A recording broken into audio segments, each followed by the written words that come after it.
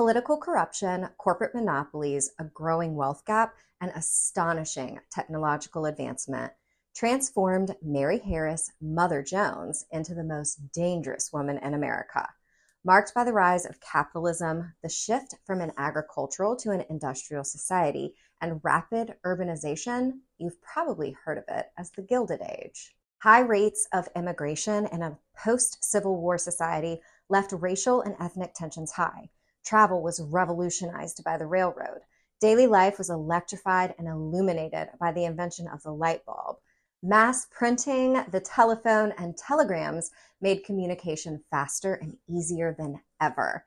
The foundations were laid for the modern world.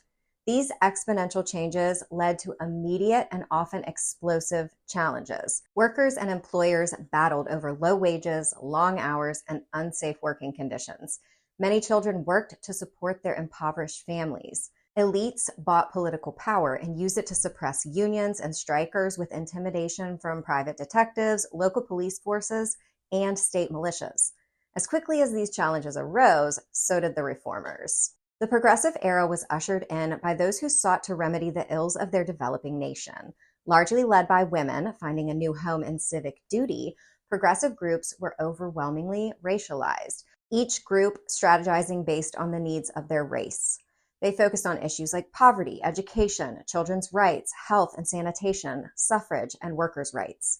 Mother Jones's labor activism began in her 60s, decades after losing her husband and 4 children to yellow fever, then her dressmaking business in the Great Chicago Fire of 1871. By the 1890s and into the 1920s, she strategized and organized for laborers, especially coal miners, and against child labor.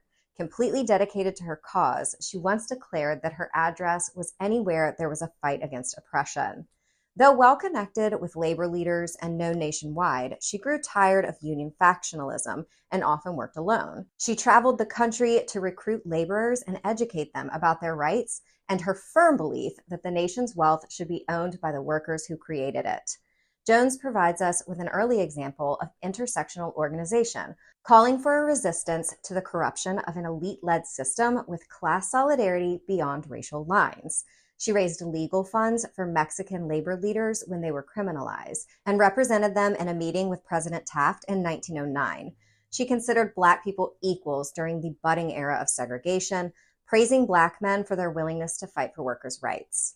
As she most often argued for the use of brains over bullets, it seems that the surveilled and jailed grandmother of American laborers was only dangerous to the robber barons.